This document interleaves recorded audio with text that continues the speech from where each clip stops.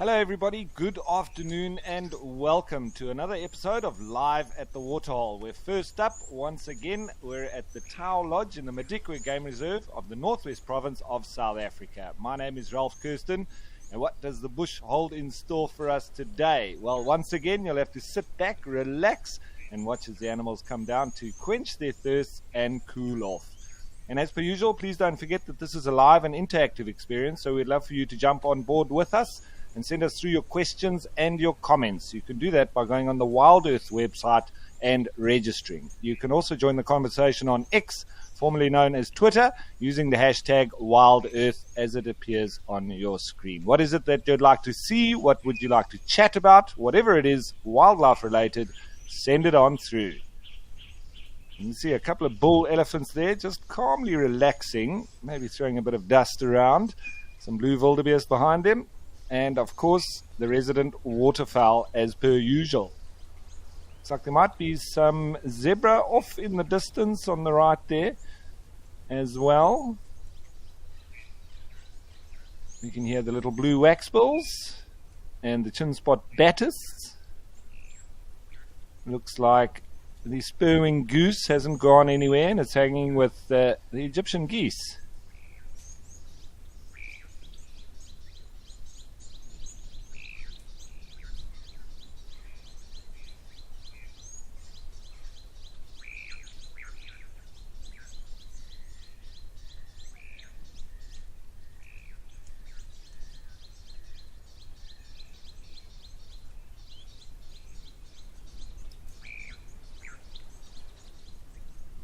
Like a couple of big old elephants, these two, especially this one in front, throwing the dust around.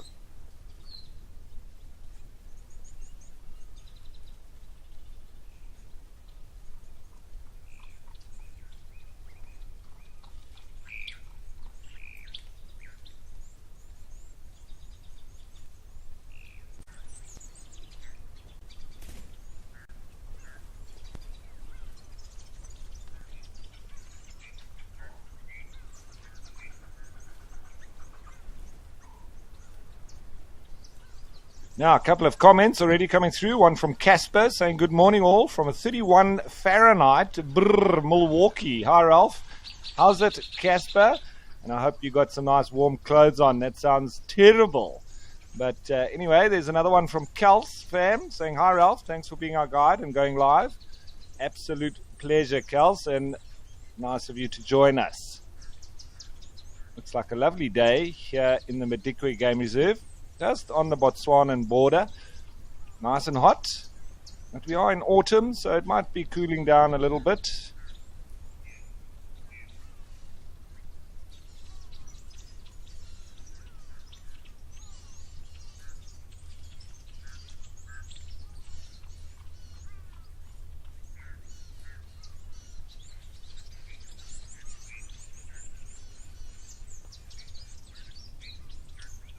It was very similar yesterday. There were a few elephants around, but lots of wildebeest and zebra.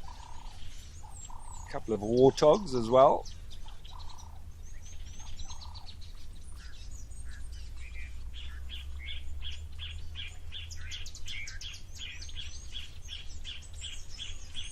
The elephant doesn't seem to be doing much with this dust except blowing it around, almost like he's smoking a pipe.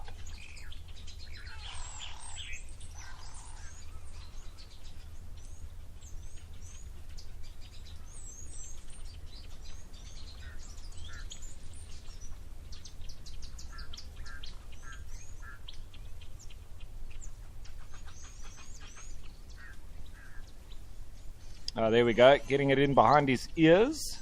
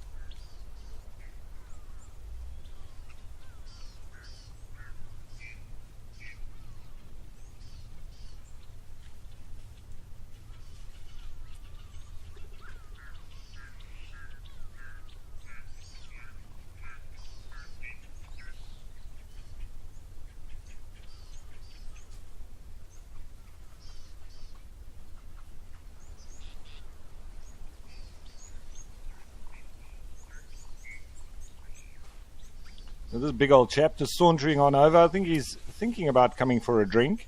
Maybe a bit of splash as well.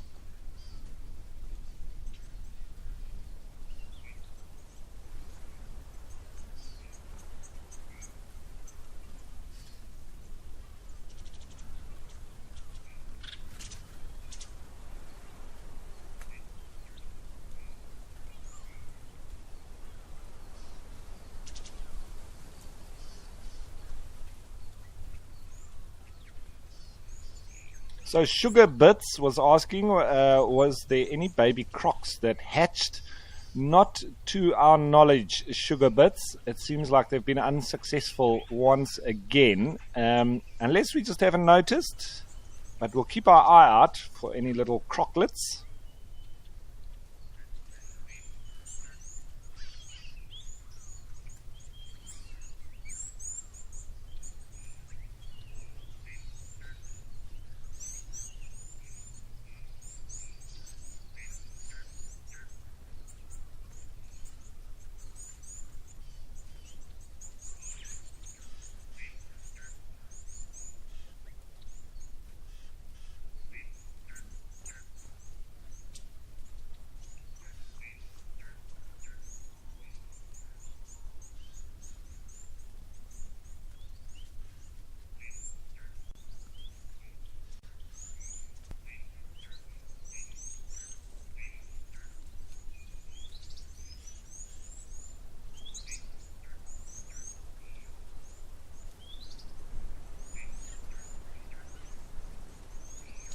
So there's a question from Andrew, a nice question. Do the ellie wrinkles get worse as they age, like humans do? And I found a nice blog on the Londolozi website, and they speaking of exactly this topic. Do elephants wrinkle with age? No one can argue that watching a herd of elephants, or even just one lone bull, is fascinating, not only in terms of observing their behavior, but also admiring their unique physical features. From their sheer enormity in size, the dexterity of their trunks, complexity of their skin, the stunning long eyelashes, and the list just goes on. So while watching these majestic giants, I often ponder over these characteristics. And then the age-old question, do elephants wrinkle with age? Seems like a simple question, since elephants are born with wrinkles. They would surely just get more wrinkles with age. But there's more to this than initially meets the eye. To start off, you have to consider why elephants have so many wrinkly cracks and crevices covering their body in the first place. And this is a mechanism of thermoregulation, or controlling one's body temperature. That is often discussed in the heat of summer when watching elephants throw water and mud as well as dust all over themselves. So an elephant's intricate network of crevices enables up to 10 times more moisture to be trapped against their body for longer than if their skin was smooth, and in the process aids in cooling themselves down. This is a vital adaptation to elephants. Unlike most mammals, elephants do not have sweat glands, except for a few situated in their feet, which don't help much for dissipating heat. Not only does the act of throwing mud over themselves, or mud bathing, also enable moisture to be trapped in the wrinkles, it also adds a layer of protection from the sun and wards off unwanted ectoparasites as well. So the next step before you can determine if an elephant wrinkles with age is determining how old the elephant actually is. This is no easy task unless the individual elephant has been seen regularly from birth. And with 3.5 million hectares for elephants to roam from Londolozi and throughout the Greater Limpopo Transfrontier Park, there's seldom the same herds seen regularly. Although we do see a lot of the same elephants here at Madikwe. So when you have to accept that animals will never wrinkle as much as humans do, because we live a relatively long life compared to other species, elephants with one of the longest lifespans usually reach around 60 years. As humans, we also don't have hair or fur covering our bodies that will protect our skin from the sun as much as elephants do, and certainly don't throw mud on ourselves as often as they do either. Simply put, we have more time to get wrinkly. what humans and elephants do have in common is that we both continuously develop new skin cells. But unlike humans who shed dead skin cells, elephants' dead skin cells build up over time. So their skin then thickens over time as well, eventually exerting enough pressure to generate cracks, which then bend their outer layer of skin, creating more sags and folds and increasing the network of wrinkles that helps them stay cool and starts to give away their age. So the next time you see a wrinkly elephant and perhaps wonder the same thing as we have here, hopefully this little bit of information has helped you understand the intricacies of an elephant's skin as something that makes them such special animals. So the short answer to your question is, Andrew, yes, they do continue to wrinkle as they age and as the skin cells reproduce until the day that they die.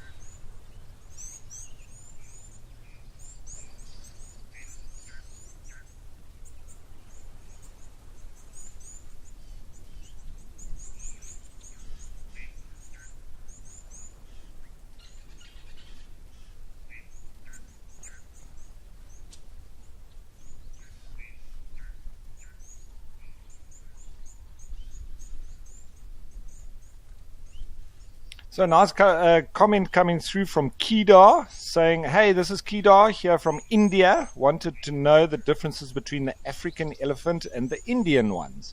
Are they temperamentally different too? Welcome aboard, Kedar, all the way from India. And the main differences between the Asian and African elephants is that African elephants, as you can see here, have a very rounded head. And the Asian elephants have a twin domed head. So it's quite different looking in terms of the skull.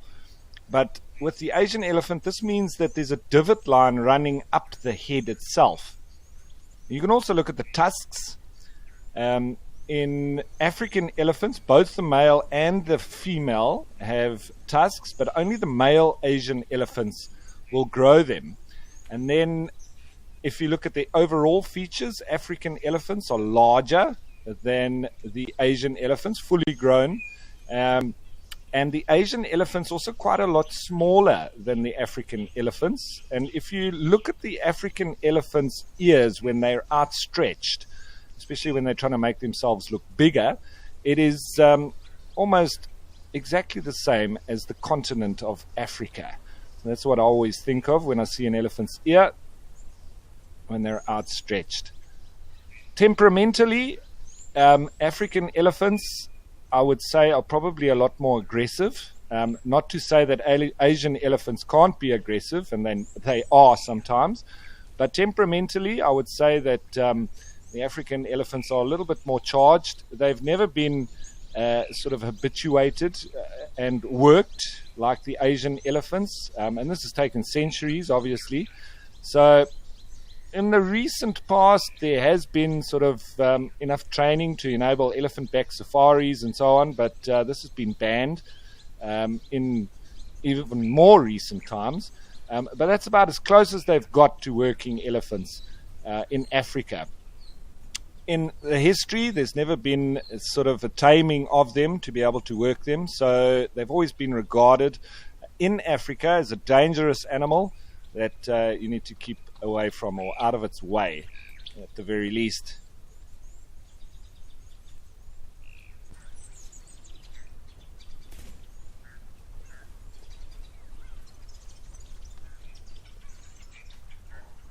And then African Sunset was asking, do South African farmers use beehive fences the same as Kenya is doing? Not quite to the same degree, African Sunset, but there has been some use of beehives and bees in particular to keep elephants, or to try and manipulate them in certain circumstances. I know for a fact I worked on a private game reserve in the Eastern Cape, and being in the thicket biome, there's not a lot of big trees down in this part of the country. So when there are, especially the likes of milkwoods and scotias or the boerbeens, the sort of landowners try to protect them. And if they've got elephants on their property, it's quite a difficult thing to do.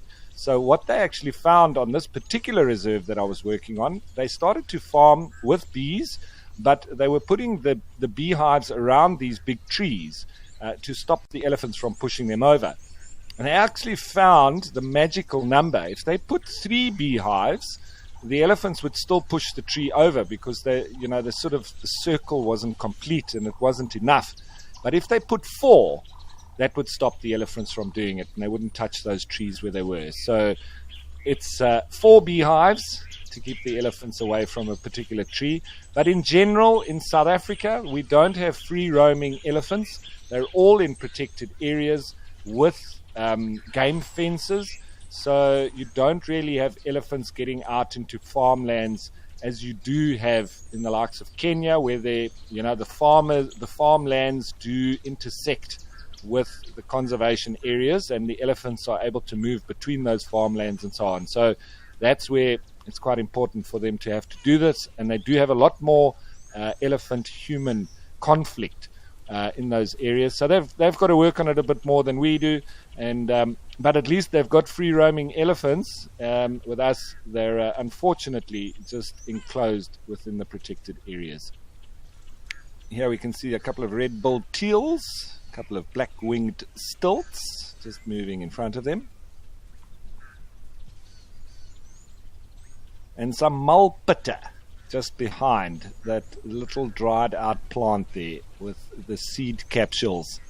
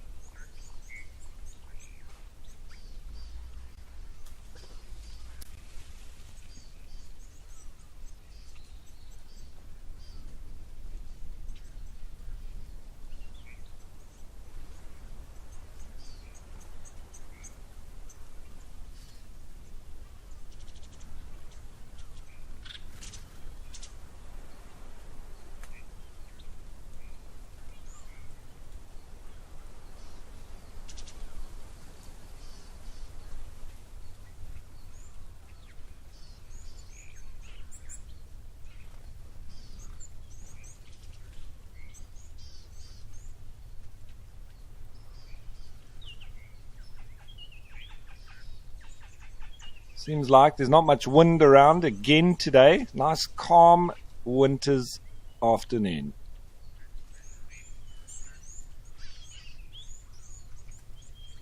I say winter, although we are sort of in autumn. In South Africa and in these parts, we don't have really big autumns and spring. They're almost just like a month each. And so we almost just about have summer, a little bit of the other two, and then straight into winter.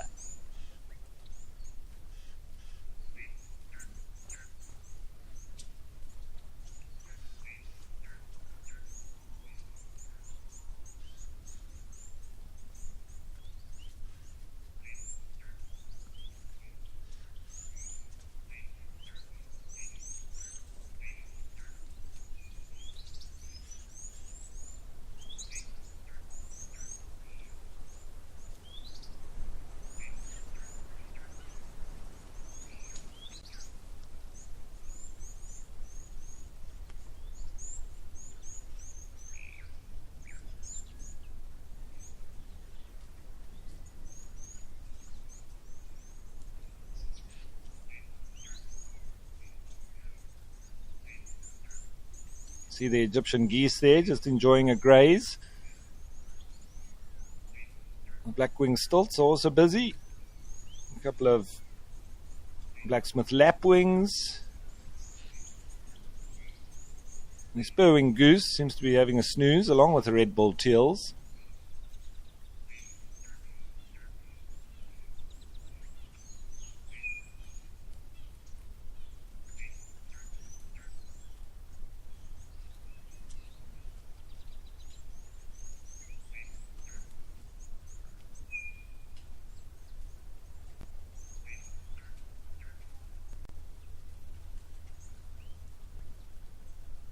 All right, so a lovely start here at the Tau Lodge in the Madikwe Game Reserve, but I think it's time to change of place and let's head up to East Africa, Kenya and Old Donyo.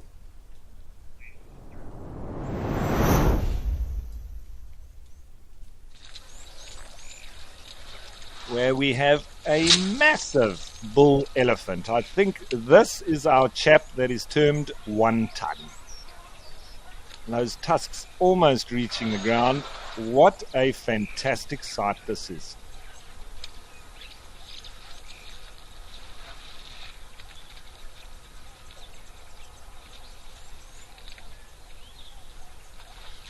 He is an absolute beast. What a privilege that he's come down just in time for the show. He's been avoiding me, and he hasn't really been on the show. I've seen him outside of the show, but this is the first good view I've got of him.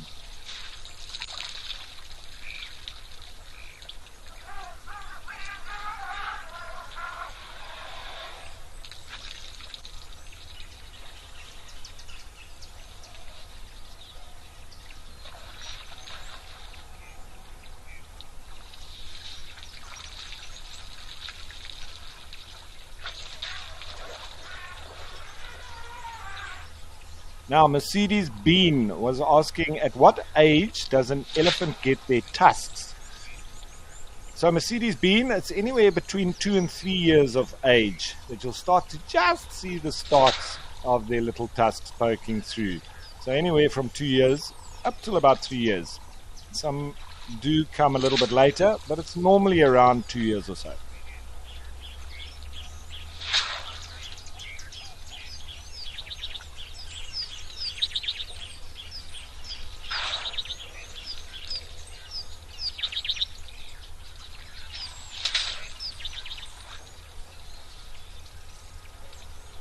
I am in absolute awe of this fellow. You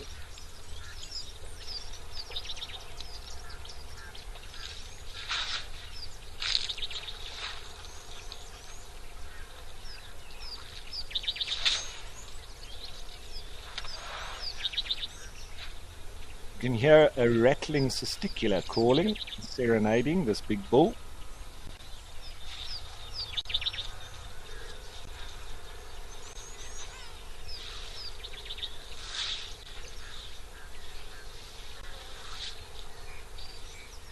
Just amazing how big these tusks are.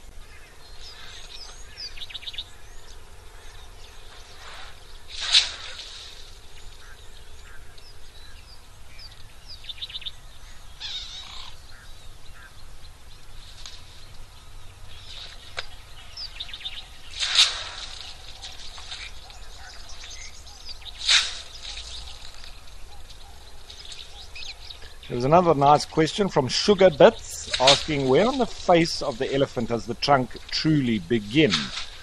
So to answer this question, I'll just go through exactly how the trunk is formed, which is by a combination of the nose, the upper lip, and certain facial muscles as well. So it's almost just below the eyes in the middle there, and there's no bones in the trunk at all. And the two nostril tubes are surrounded by approximately 60,000 muscle units, and they're divided into 6 major muscle groups, which are responsible for the dexterity and fine movement of the trunk, as well as its strength as well. Amazingly, the entire human body only has 639 muscles. But an elephant can actually lift 4.5% of its own weight with its trunk. So in the case of a bull, and a big bull like this would be around 300 kilograms.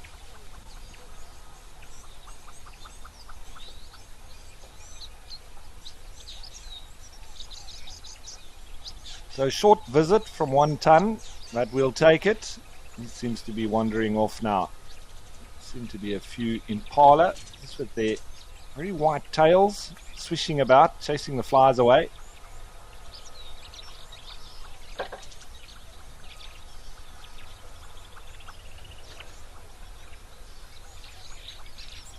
So Catherine was saying, it's so great to see 1 ton. Would love to see him again in person one day. That would be wonderful. Catherine, I hope you get to do it. I wish I could too.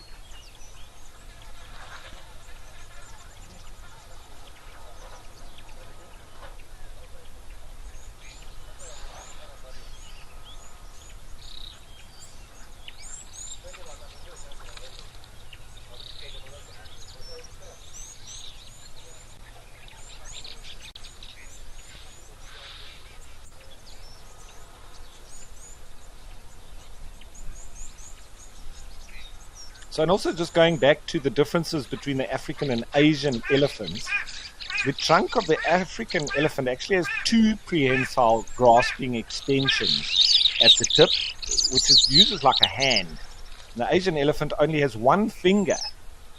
So 1 as opposed to 2 like the African. And the Asian, they use it like a scoop as opposed to 2 fingers. You see these superb starlings being absolutely superb.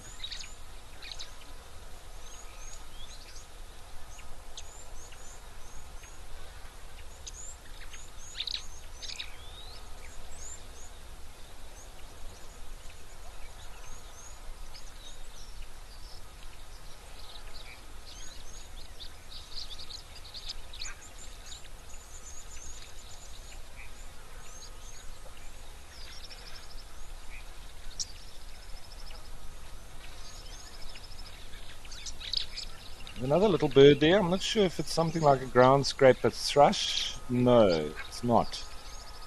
Is it wattle starlings, maybe? Outside of breeding plumage, I think that's what it is.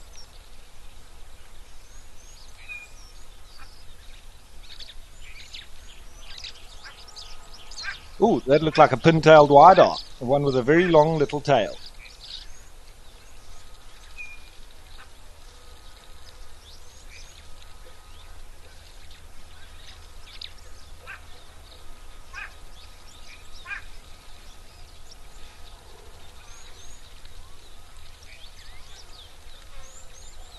All having a little bit of a bath, enjoying the water. Now that the elephants moved off, they're taking their gap.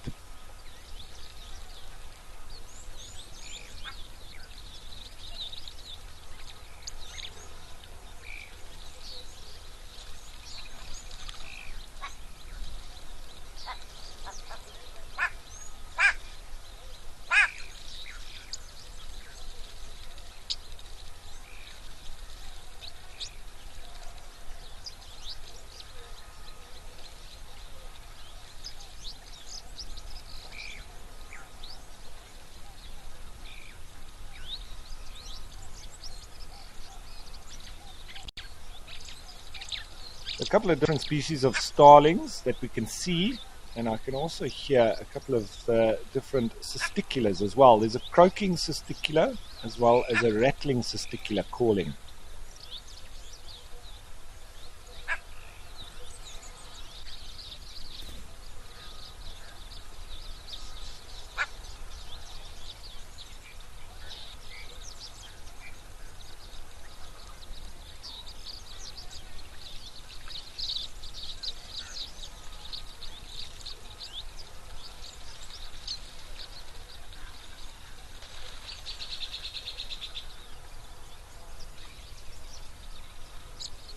So in Victoria, saying that their coloration is quite impressive. Absolutely, Victoria, and hence the reason why they've called them superb starlings, because of this magnificent coloration that they have.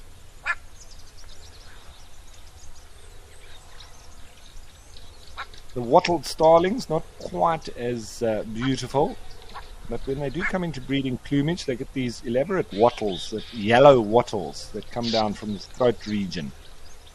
Does make them a little bit more impressive, but that's only during the breeding season.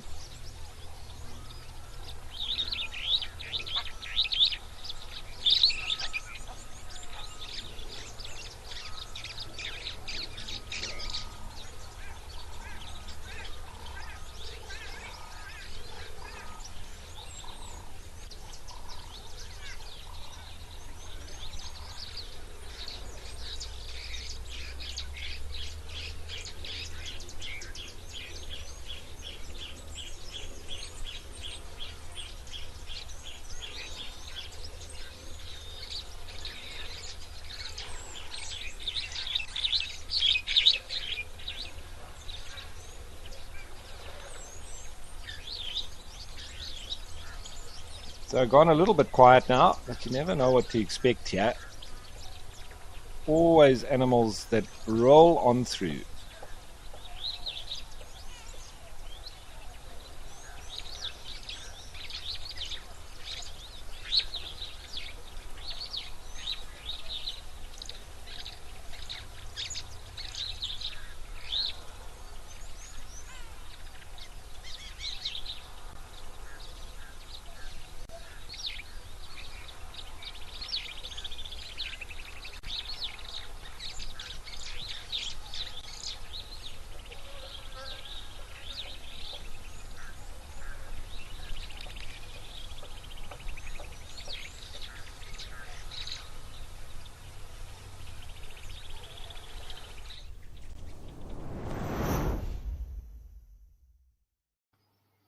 So switching up of place, and we've gone from Old Donyo, and now we're back in South Africa, the KwaZulu-Natal province, and Tembe Elephant Park. Surprise, surprise, we've got some elephants.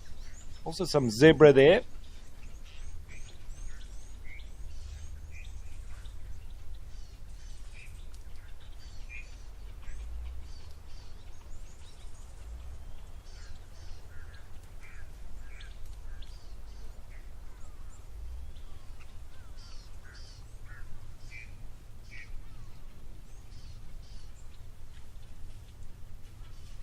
Yesterday we had a whole group of giraffe here as well, all bulls.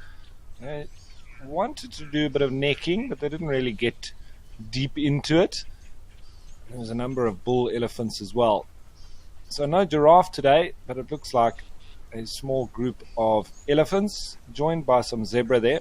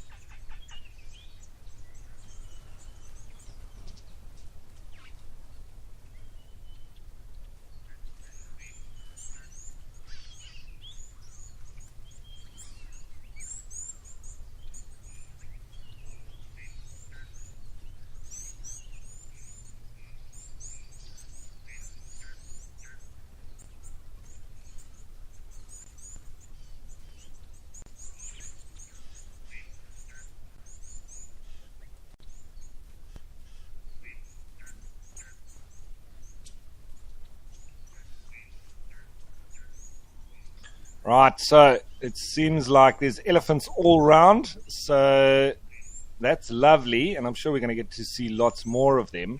But I think let's change of place and a little bit of biome as well. And let's head down to the tip of Africa and Stony Point.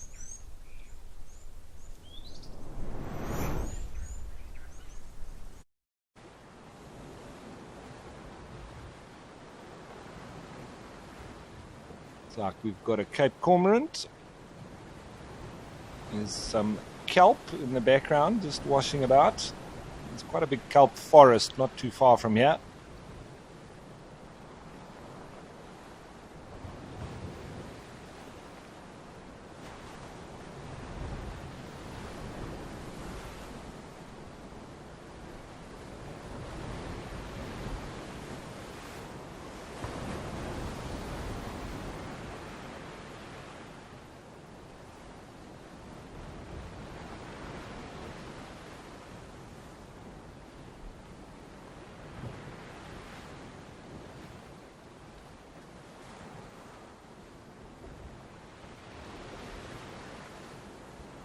Where's that kelp forest I was speaking about?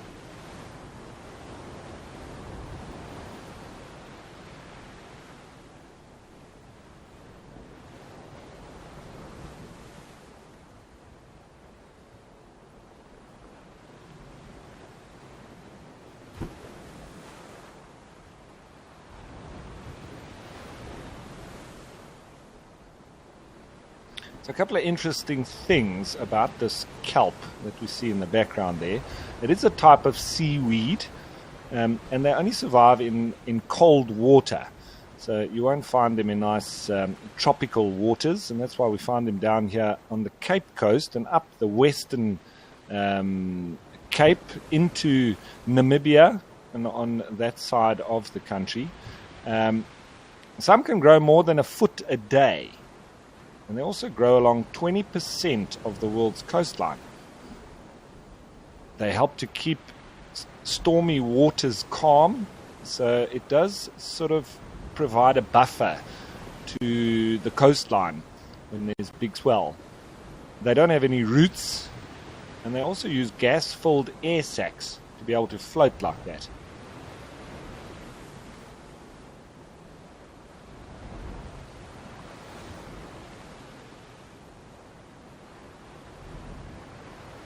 So they obviously also provide a lovely haven for a lot of the marine life within these forests, helping to calm the currents within the water as well.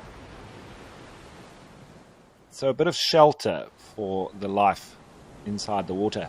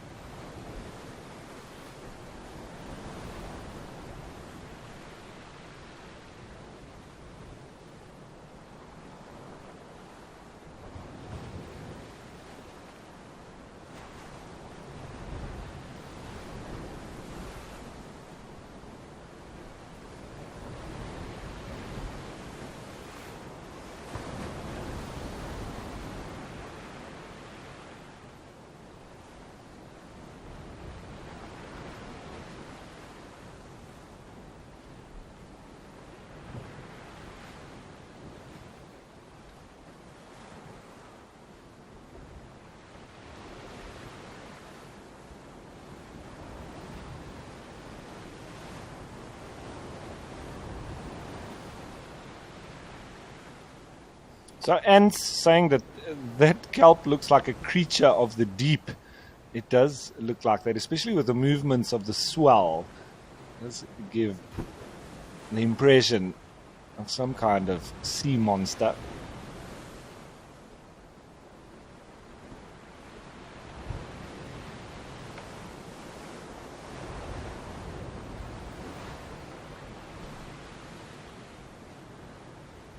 And also manually drying out their feathers.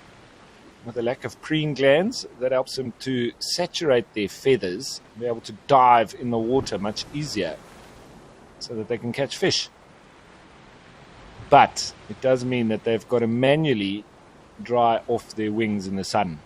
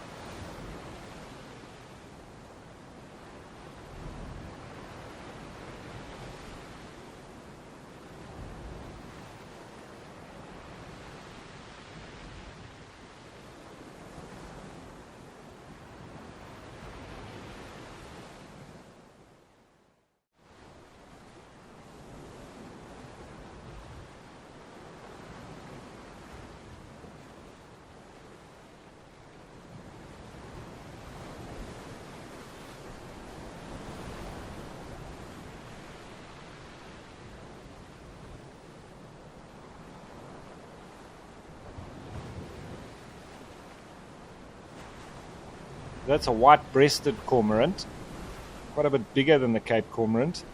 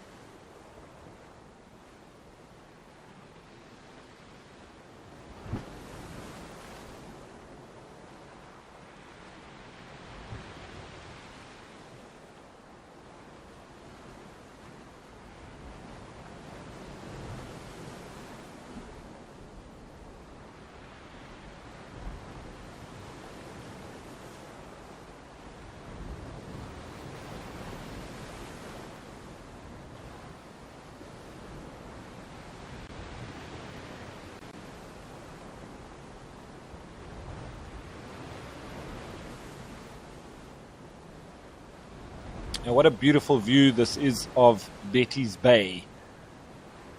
You can see the cormorants and the seabirds using these rocks on a regular basis, with them being stained white like that.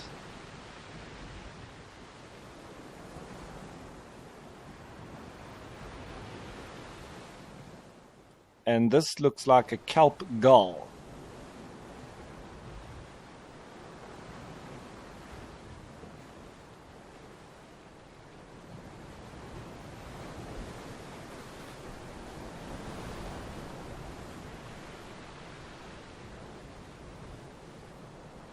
No, chased off by the cormorant.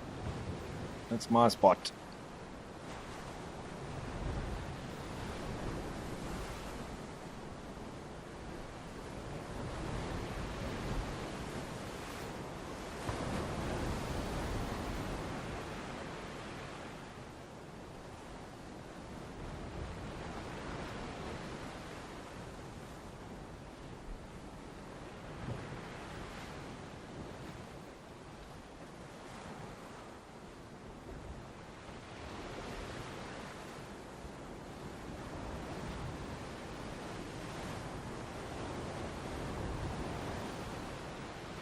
So Wild Bee was saying, loving the birds at the Waterhole. I think it was those superb starlings and the wattled starlings at Oldonio. But I'm sure this is a lovely change as well with some of the marine birds.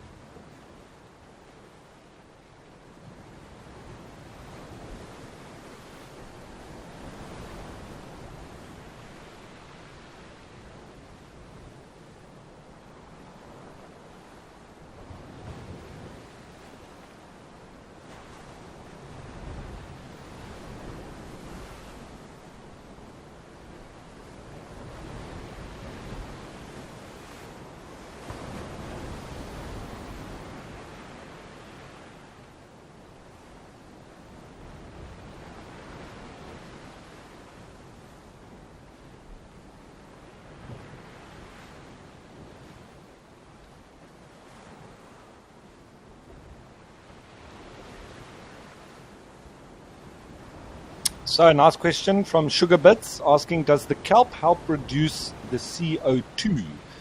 So, yes, indeed it does, Sugar Bits. Because during photosynthesis, which also goes through, kelp absorbs sunlight, carbon dioxide, and water to produce sugar and oxygen. Absorption of carbon dioxide and production of oxygen is important for living things in reducing the amount of carbon dioxide in our oceans as well as in the atmosphere. So not only is it a refuge for thousands of different species of animals that live below the surface of the water, it also assists in the production of oxygen. So multifaceted.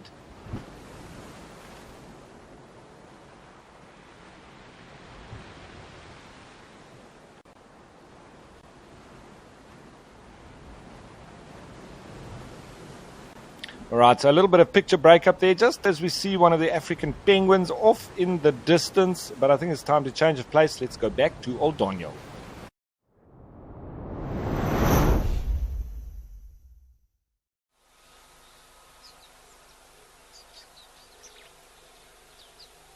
And Ants was saying kelp is like the spinach from the sea. Absolutely, Ants. And now that we've come back to Old Donyo, nice little bachelor herd of Impala. All look in fantastic condition. The coats are sheening in the sun.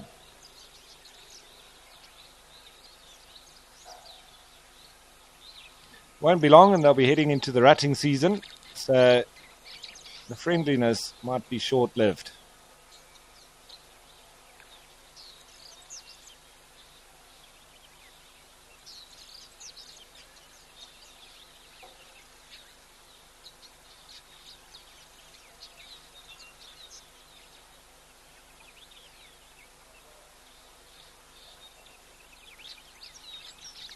And speaking of the rut, it's every year as winter approaches and the days get shorter, nights get longer, and the air also becomes colder in the morning. You start to hear the guttural sounds of male impala rutting. The peak of the rut is normally between the full moons in May. This is when the female impala comes into season as well, and the male testosterone levels increase and are very high.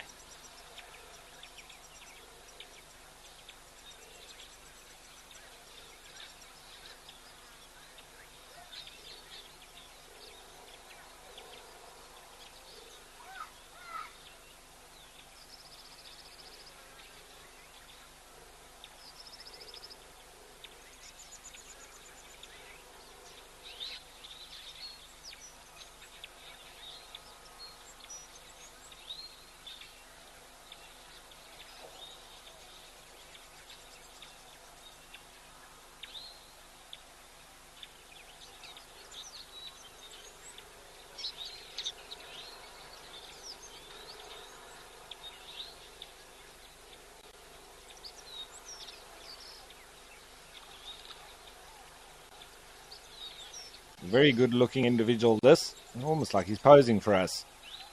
I think he might be having a bit of a snooze at the same time.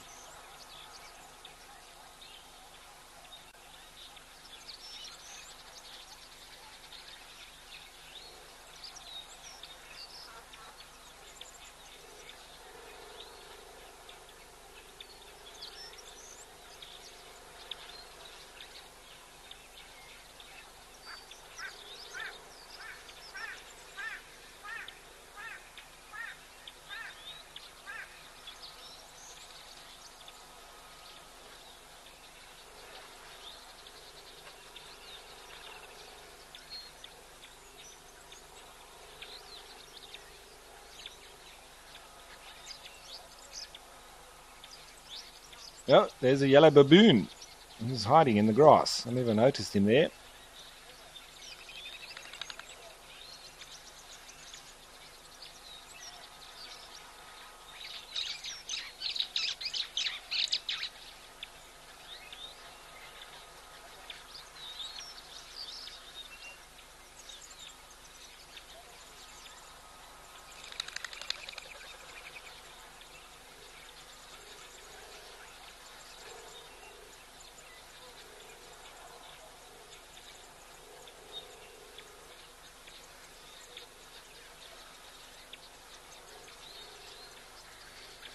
Just trying to work out what this baboon is eating.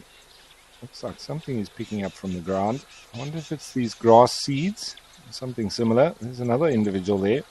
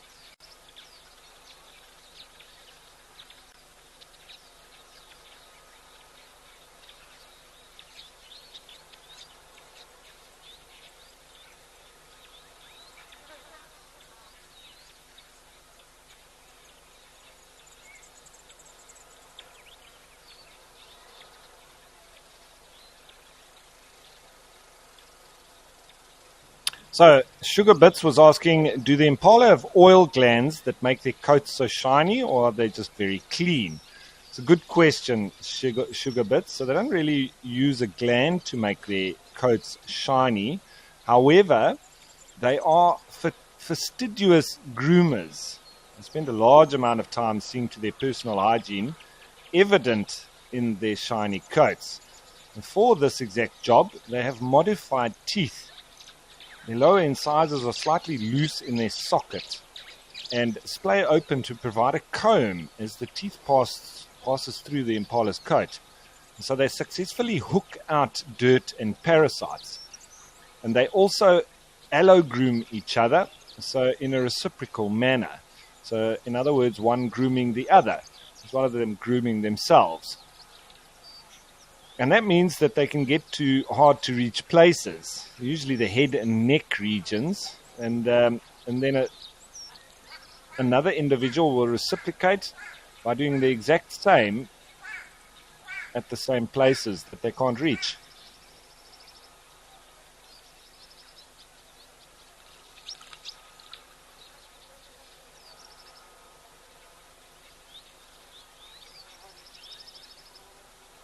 And something that does add to this a little bit as well is that impala are the smallest antelope, in fact, that allow oxpeckers to ride along with them. Those birds act as grooming assistants, which remove the ticks and other parasites from the impala's pelage. During the rut, when the males are too busy to self-groom and too territorial to warrant allo-grooming, they accumulate 6 times the parasite loads present on the herd females, and as a result have many more oxpeckers in attendance. So you'll see a lot more oxpeckers, especially on the males, during the rutting season.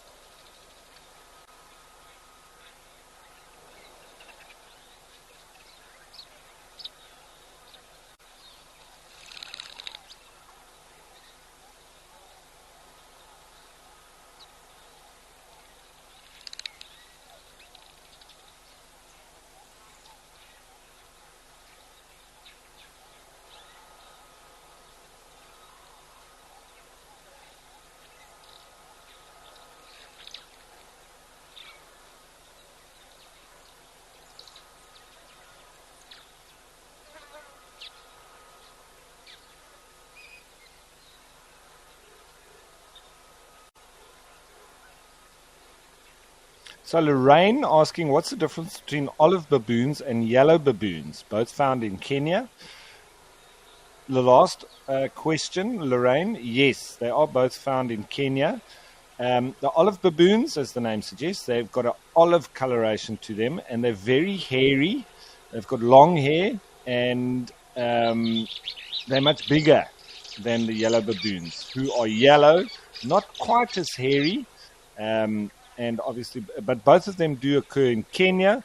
I think, though, the olive baboon's a little bit more concentrated a bit further north in Kenya, and the yellow baboon concentrated a little bit more in the south. But I think it's worthwhile going through all of the baboons nonetheless. But what are baboons, in fact? Because they're not, well, they're quite different to monkeys, but they are some of the world's largest monkeys, in fact. There's 5 species of the baboon: the olive, the yellow, the chacma, the guinea, and the sacred. And we get to see 3 of them.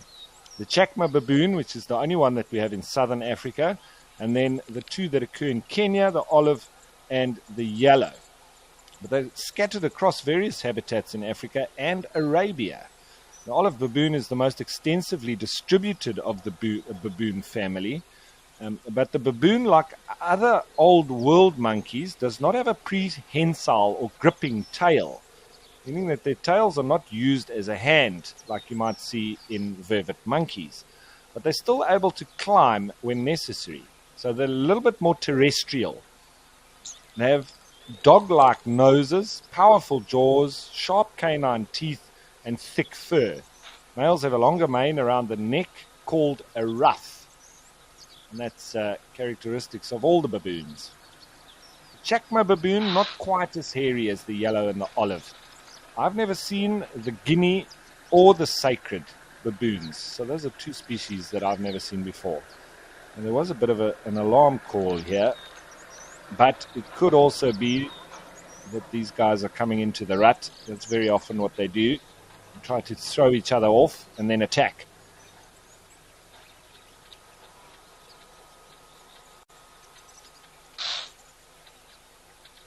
Alarming again. Maybe there's a predator on its way for a drink. We can only hope.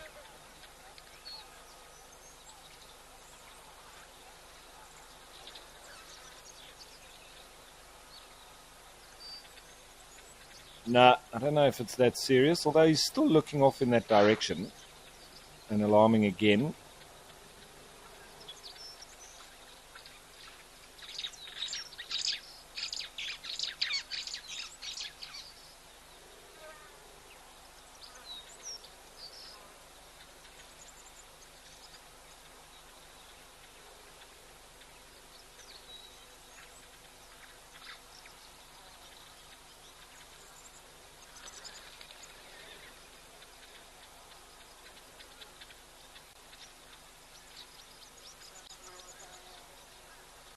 So off goes that Impala. I'm pretty sure there's no predator imminently going to show itself. He's not concerned enough. You can just see the base now of Mount Kilimanjaro off in the background. The clouds hiding the peaks and the snow-capped peaks. We've only had 1 or 2 days where we've actually been able to see it. But it is there, hiding behind those clouds.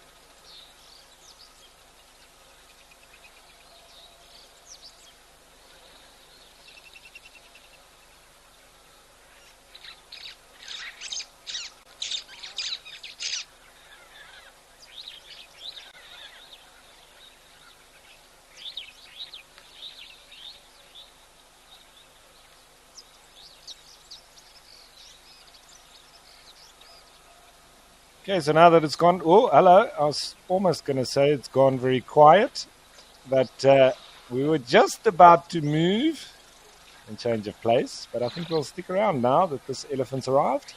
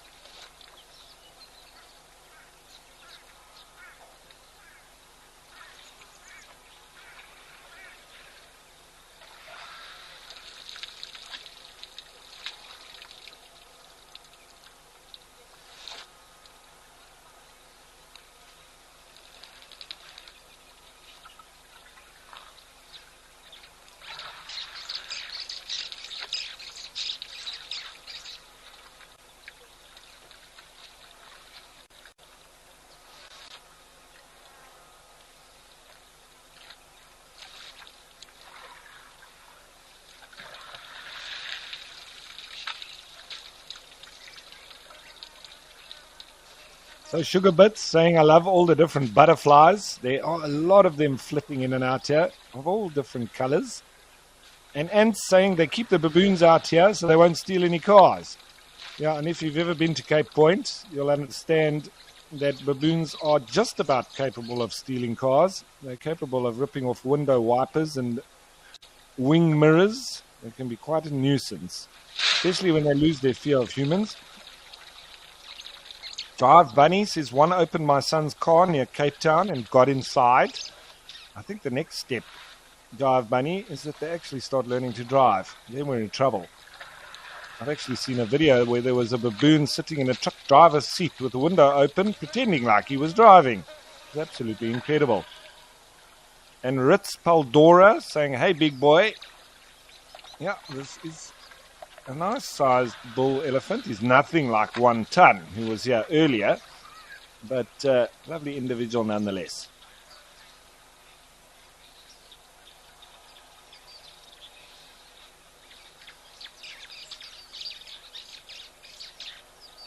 And Tom Timone, one, saying, wow, he's enormous, especially from this perspective. Tom Timone, looking up at the elephant like this, almost at ground level, does give you a different perspective and show you how big they are, especially when you're not looking down on them, as some of the waterholes or cameras are put up on poles.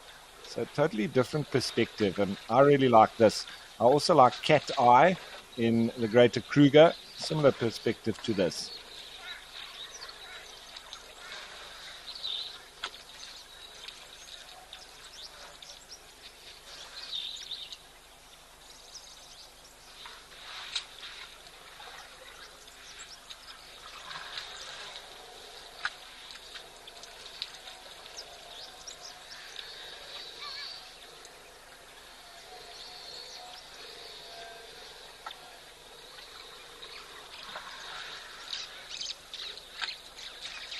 One of my trips up to Mana Pools in Zimbabwe when I was a young boy, and that campsite on the Zambezi River, it's not fenced and the animals can come through your campsite with the likes of elephants and lions and hyenas and all sorts coming through there, obviously at different times of the day and night. But in the mornings we used to have the baboons coming through, and we used to have to look after all of our stuff, from the vehicles to the tents and everything else. And we were told by the rangers there that the best way to stop the baboons making any nonsense was to actually leave the tents open, but pack everything away in your vehicle. And we had neighbors, but the campsites are sort of far apart. It's under all of these big trees. So our neighbors either didn't get the message from the rangers, or they decided not to listen to them. And they went off early on a game drive, and they shut up their tents with everything inside. And the baboons came, and we were still in camp, because I used to go fishing in the early morning and then come back as it warmed up for breakfast and then go back out again. And I watched this troop of baboons come through. We chased them out of our camp because we were there. But off they went to the neighbor's camp, which is about a couple of 100 meters away. And they then proceeded to use their tents as trampolines, jumping out of the tree onto the tents. And they were having an absolute ball. They completely flattened their tents. And this was, I ran up and tried to chase them away a couple of times. I did manage to chase them off. But as soon as I started walking away, they were back to the business. So they proceeded to rip the tents open, take everything out of it, including all the food that had been left, eat it, spread it all around, including all their sleeping gear as well, and completely decimate the tents. So when the people that had gone away for their game drive returned, they returned to an absolute mess. And I went on over to tell them that I tried my best, but the baboons were just having none of it. And I told them the advice that was given by the rangers. But, yeah, they were obviously enraged by the state of their campsite. So that's a little bit of a trick as well. If there are renowned baboon thugs, leave your tents open, because they'll rip it open just to see what's inside. And they literally will bite and rip your tent open. even if there's nothing in there. So best to leave it open with nothing inside, and so that they can go in and then they move off.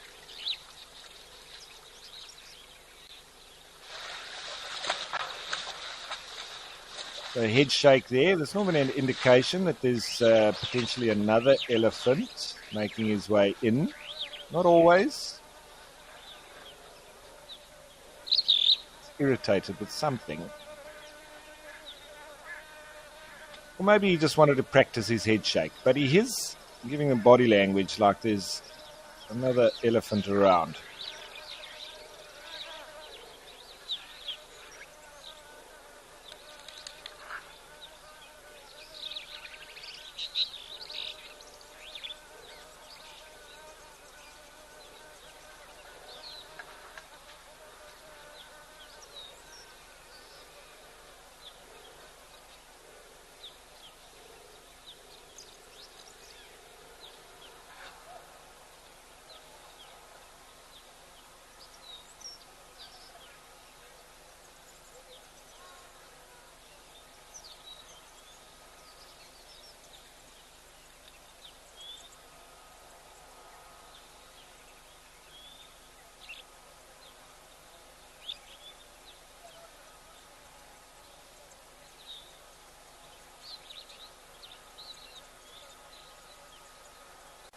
All right, doesn't seem like there's another elephant making its way in, so I think it's time to change of place, and let's go back to South Africa and Tau.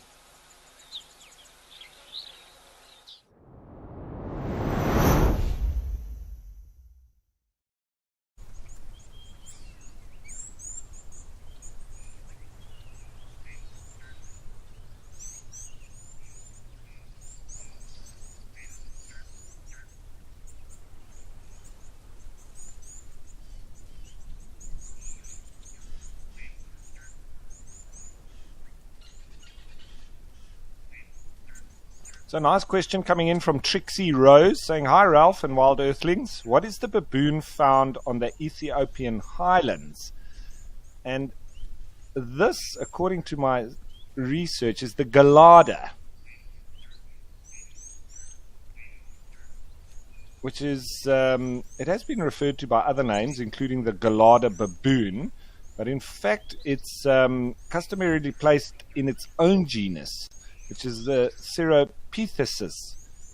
Though some genetic research suggests that this monkey should be grouped with its baboon kin, or the papio. But other researchers have classified the species even more distantly from the papio. While the galada is the only living species of its genus, separate larger species are known from the fossil record. But it is quite a strange looking baboon that occurs on the Ethiopian highlands, called the galada.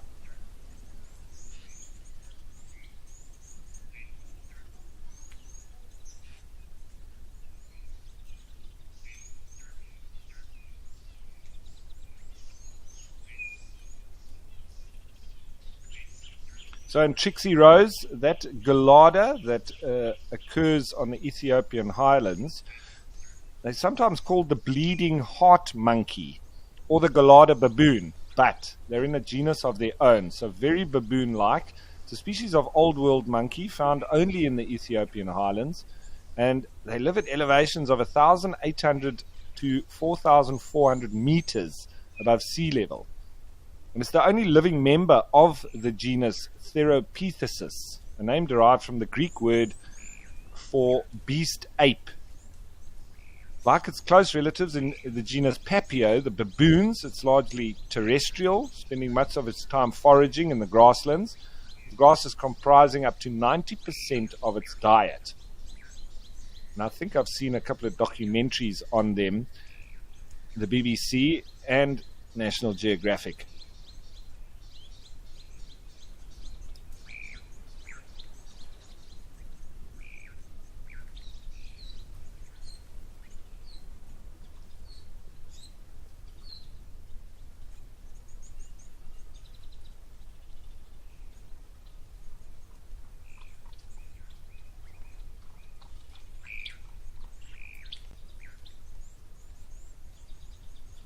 There's a little warthog just zitting through there. Oh, here comes some more.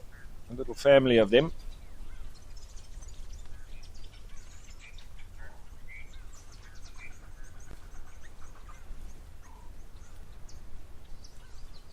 Now, going further about those galadas that occur in the Ethiopian highlands, they are in fact the only primates that are primarily graminivores and grazers. So grass blades make up 90% of their diet, and they eat both the blades and the seeds of grasses. So when both blades and seeds are available, they will, though, prefer the seeds. They eat flowers, rhizomes, and roots when available, using their hands to dig for them. They consume herbs, small plants, fruits, creepers, bushes, and thistles. Insects can be eaten, but only rarely, and only if they can easily be obtained. So during the dry season, herbs are preferred over grasses, and they consume their food more like ungulates than primates, and they can chew their food as effectively as zebra. Very interesting, as we see this little family of Egyptian geese. Now, not so much grazing, a little bit of grooming. You can see the ones with not so much color on them, they're the immatures.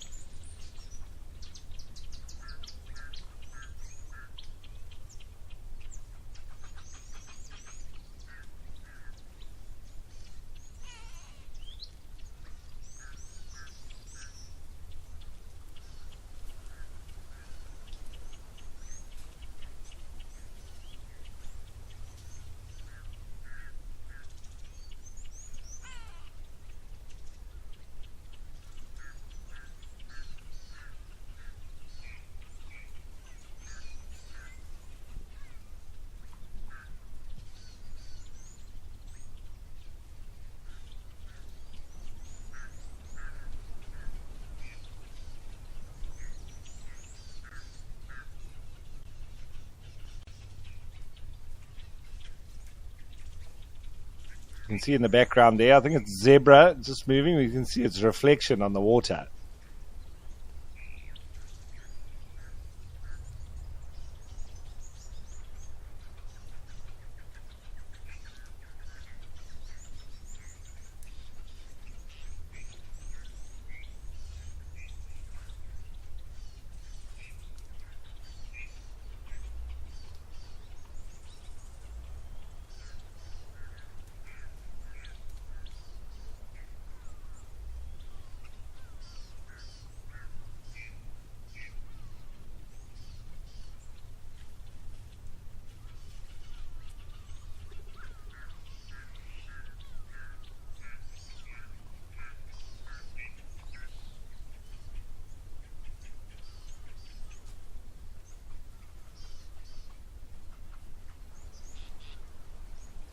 And the red-billed teals moving through in the foreground.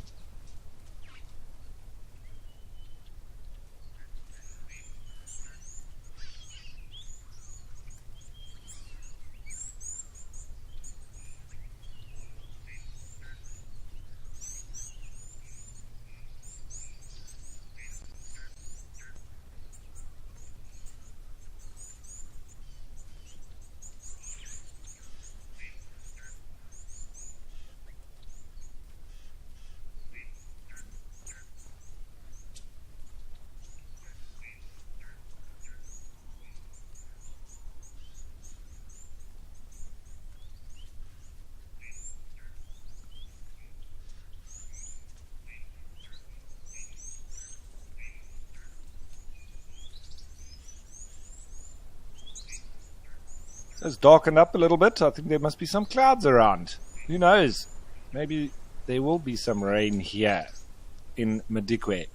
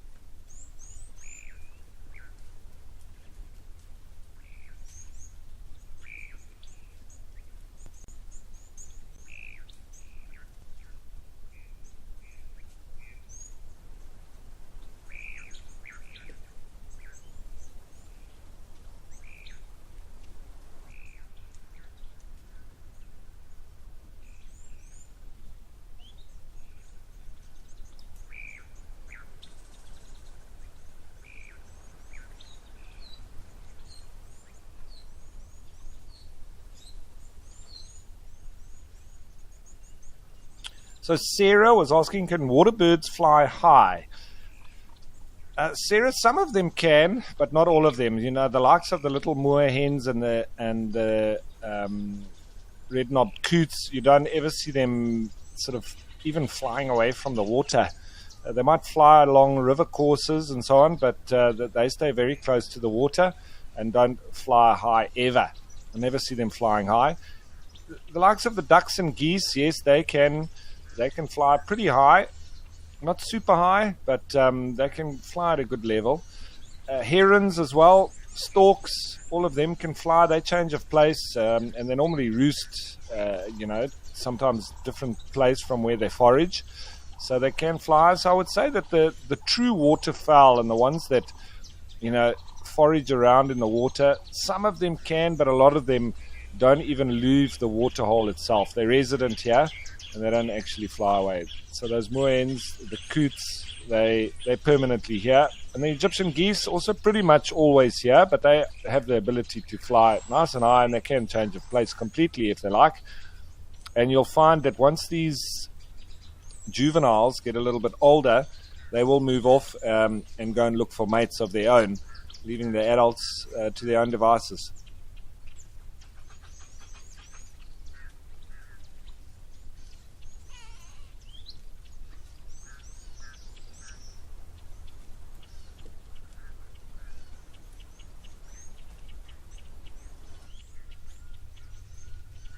And Lion Dog was asking, will the geese and ducks migrate, or are they permanent residents?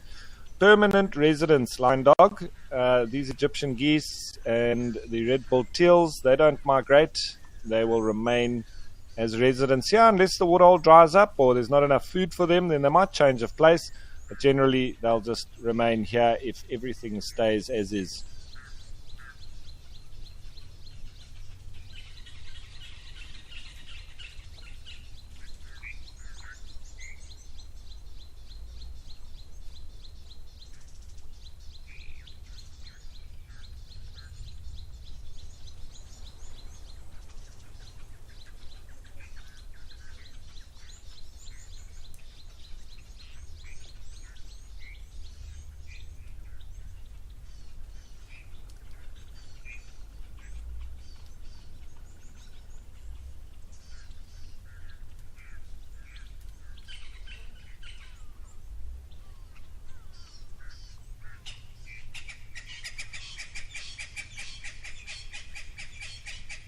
You have the Natal spurfowl making a racket in the background.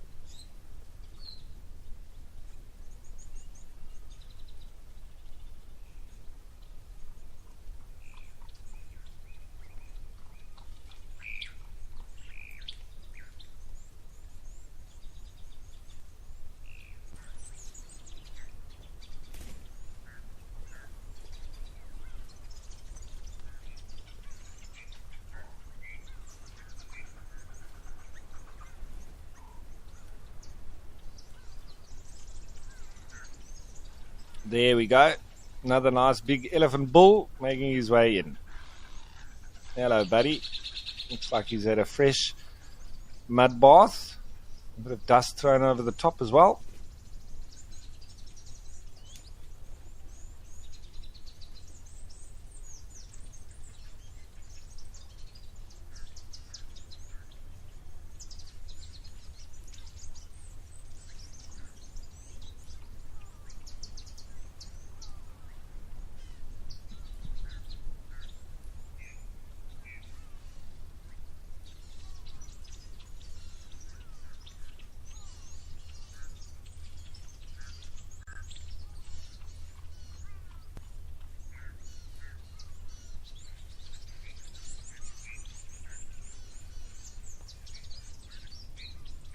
the blue wildebeest is still hanging around, but now doing the important job of ruminating, chewing the cud and doing the whole digestive process.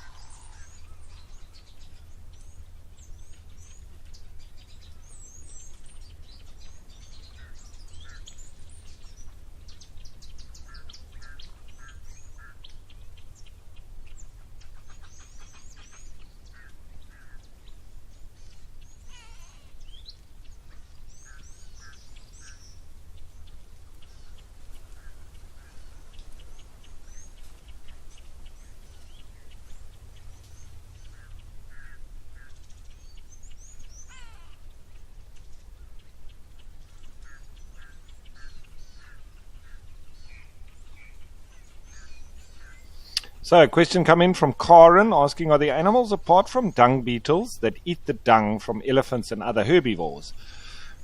Well, the simple answer, Karen, is yes. You find actually a lot of animals that will eat dung, and particularly so the hind gut fermenters. Not so much the ruminants. You'll find that babies, they will eat their mother's dung to get the spores or the fungus that helps them with their digestion and all the microorganisms that assists with that. So babies, when they're born, they feed on their mother's dung on a regular basis, and then it does assist with their gut as well. Then not really herbivores, but you see lots of animals that have, and particularly reptiles, that have a high calcium requirement for, especially tortoises. They will feed on the likes of carnivore scat, especially when it's full of bone fragments, and this helps to for their calcium requirement and the production of their shells. So I've often seen tortoises, feeding on steaming leopard and lion scat.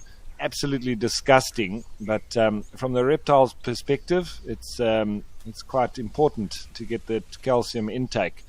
So other than that, obviously lots of insects. But generally, the most that we do see is the babies eating their mother's dung, and that particularly with the hind gut fermenters. So zebra, warthogs, elephants, rhino, all of them, they will feed on their mother's dung.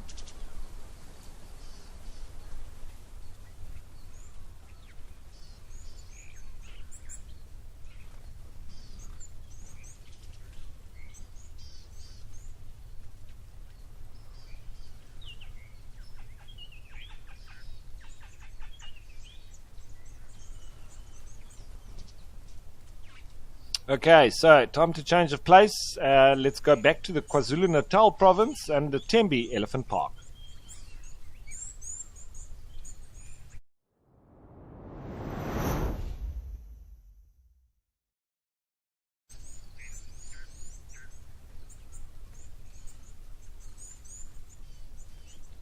We've got another individual that's come in for a drink here. Looks like a bull.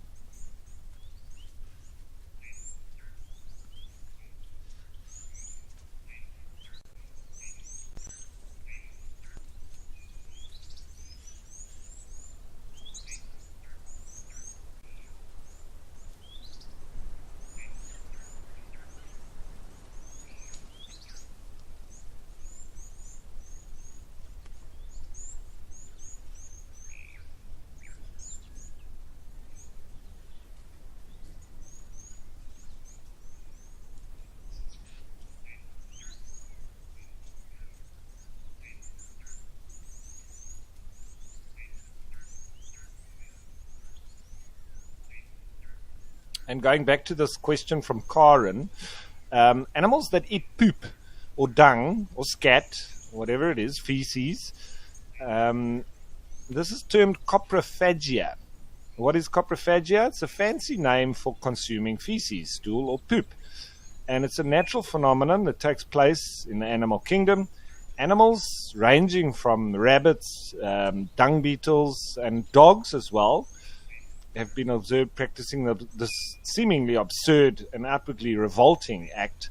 But it's very important that they do this. And we've also noticed that wild dogs will get into elephant dung as well, but they're generally after the dung beetles and the larvae that may be in there. So wild dogs are another one that I missed earlier that would also get stuck into some dung.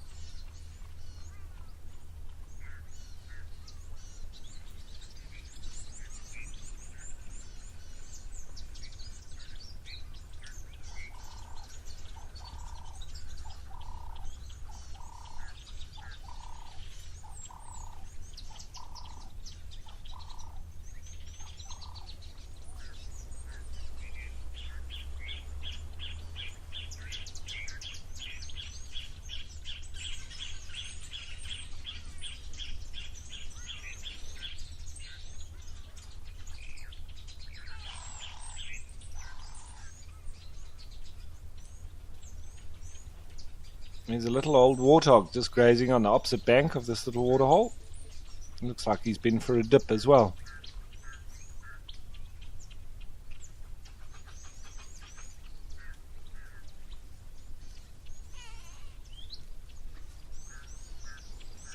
Lovely stance this from this elephant, with one leg just resting up and the trunk over its tusk.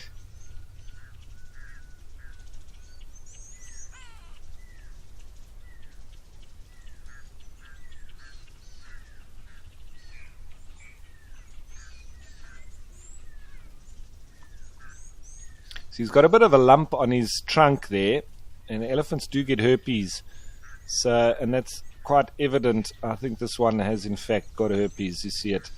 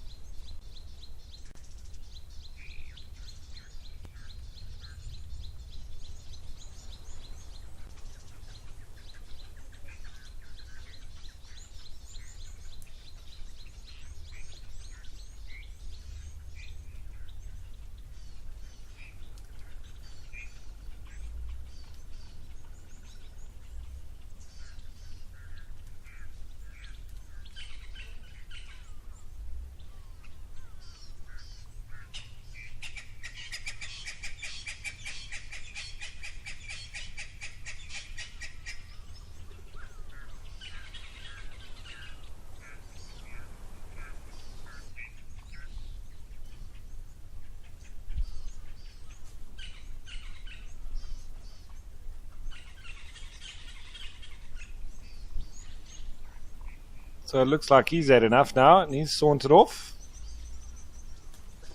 The zebra, though, they haven't moved anywhere. Just enjoying a nice graze in the shade.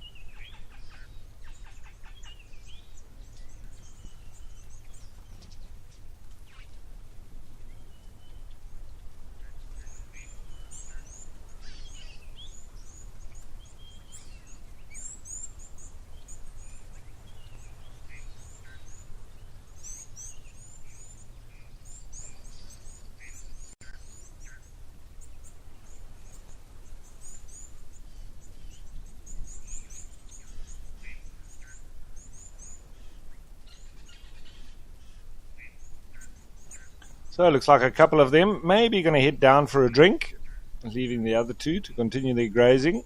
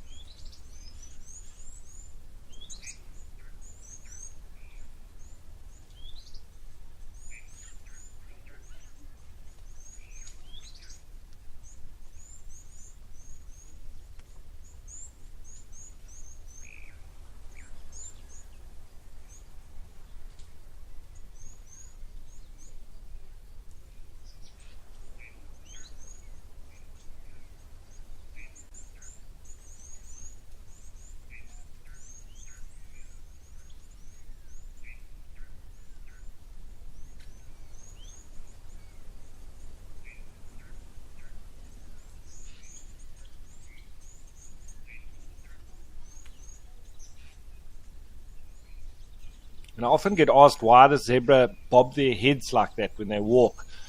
Now, horses will do this, and donkeys do it as well. In the case of the zebra, especially in these wild areas, there is one of the reasons being the botfly, which like to go up the nostrils of antelope, and particularly they do like zebra nostrils. They're nice and broad, and they've got nice nasal cavities for them to lay their eggs in. They also do this to wildebeest, both blue and black.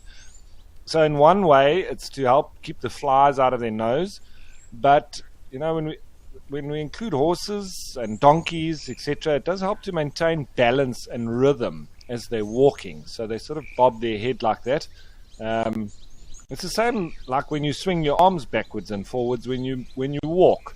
So they don't have their arms to swing backwards and forwards, but they do have their head to nod up and down as they walk, and so it does keep that rhythm and balance, if you're wondering why they do that.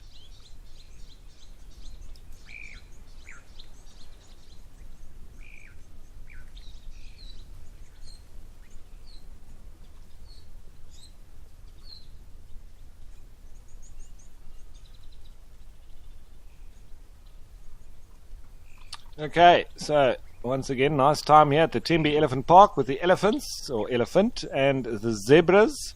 But let's change of place and let's head back to Old Daniel.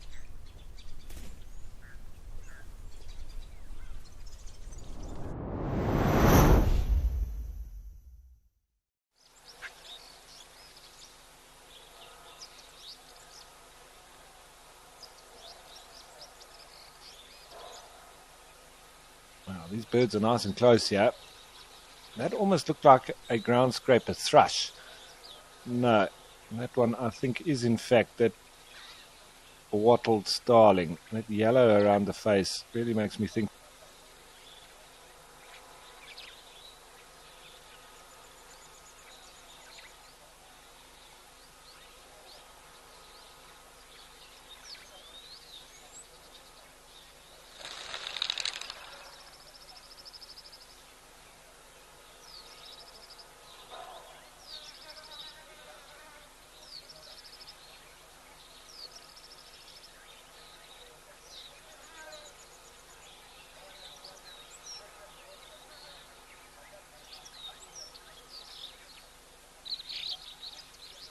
Seem to have all flitted off now.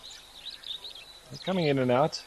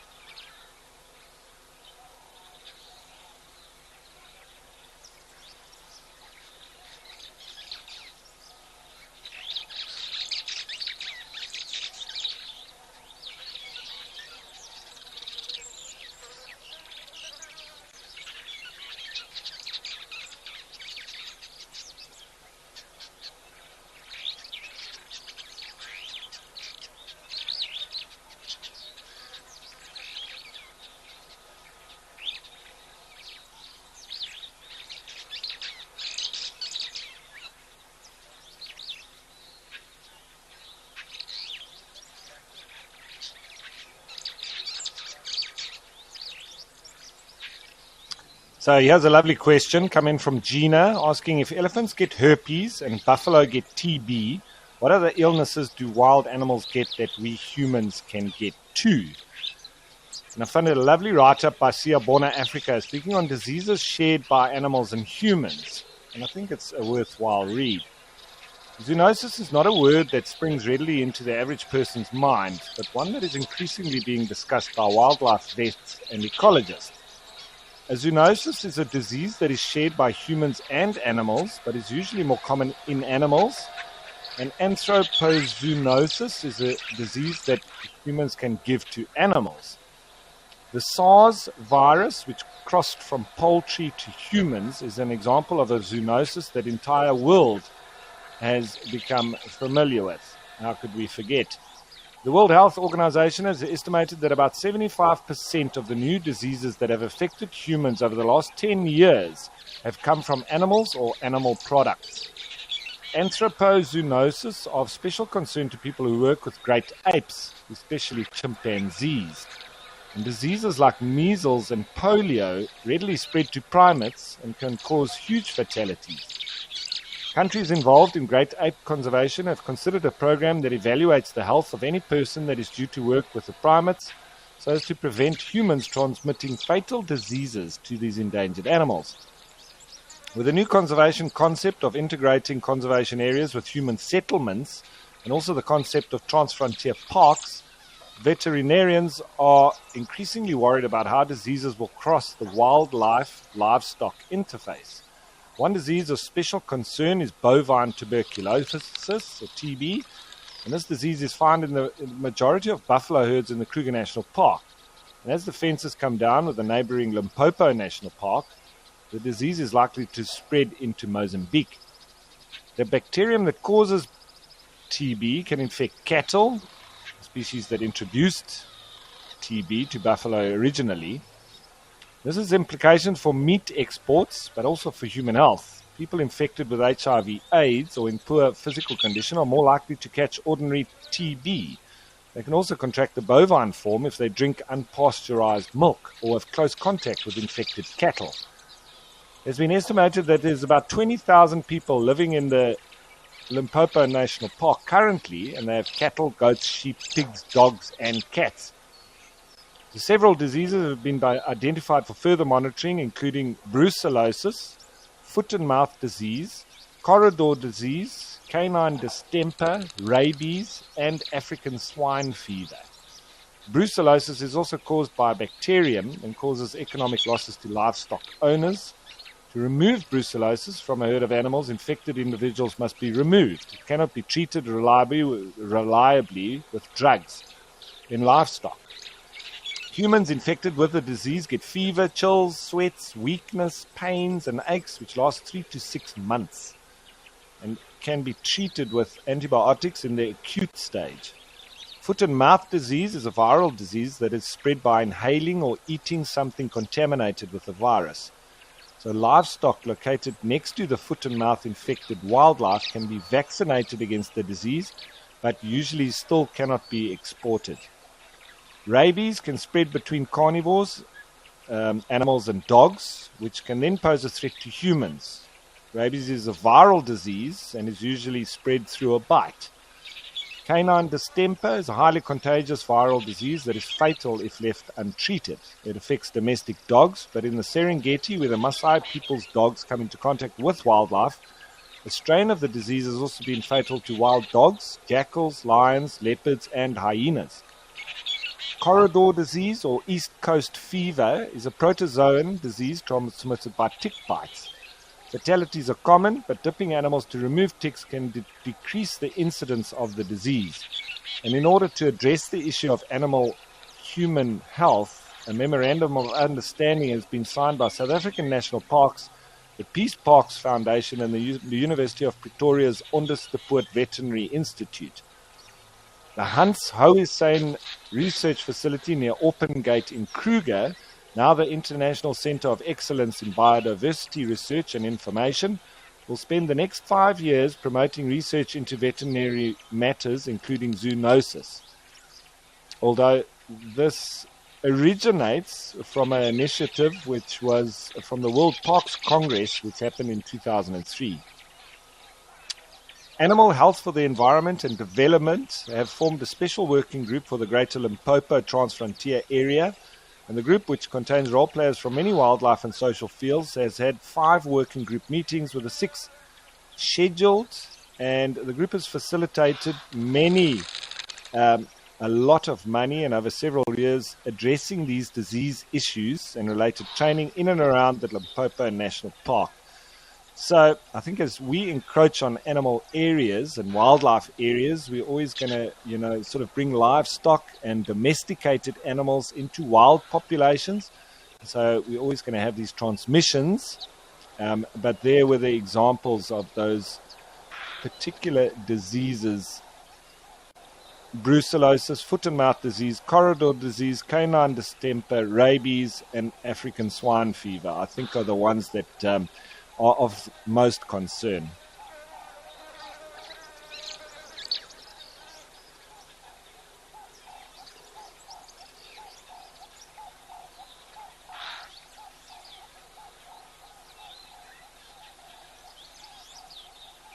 I think this little bird that's come down here might be a little female cutthroat finch.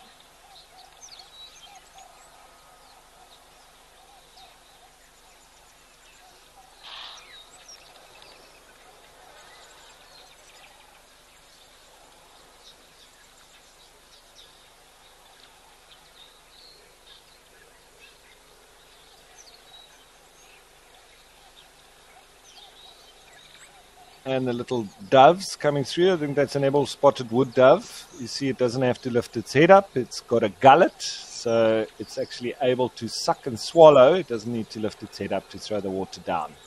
Pigeons and doves, as well as the bustards, are able to do this.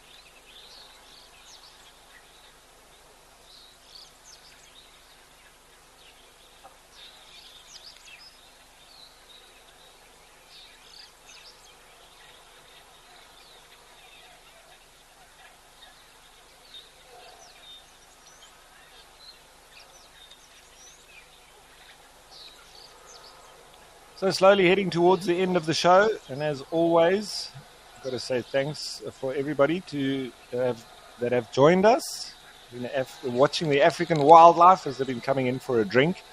Every day is different. You never know what to expect. And of course, to the animals themselves for being the stars of the show, and the whole WildEarth team for making it all happen. You guys rock. But don't forget that later on there will be the Sunset Safari, so lots of action coming your way, so don't go anywhere. Keep on watching WildEarth.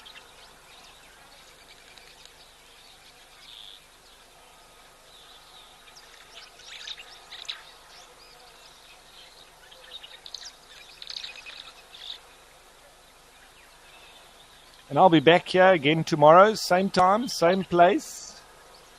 And we'll see what happens. Maybe tomorrow's the day that we get some predators coming down for a drink. That would be wonderful. I'm hoping and holding my fingers together for wild dogs.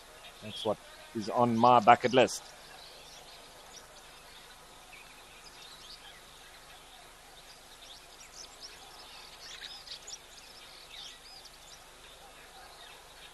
See the butterflies flitting in and out here. I think there are a couple of swallowtails there. The emerald spotted wood dove just scoots its way through.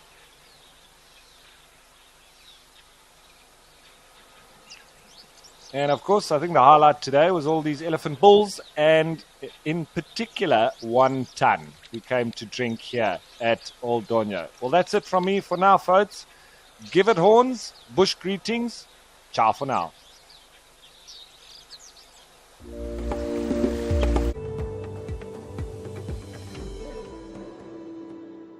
Hello everyone, my name is Amy and this is On Safari.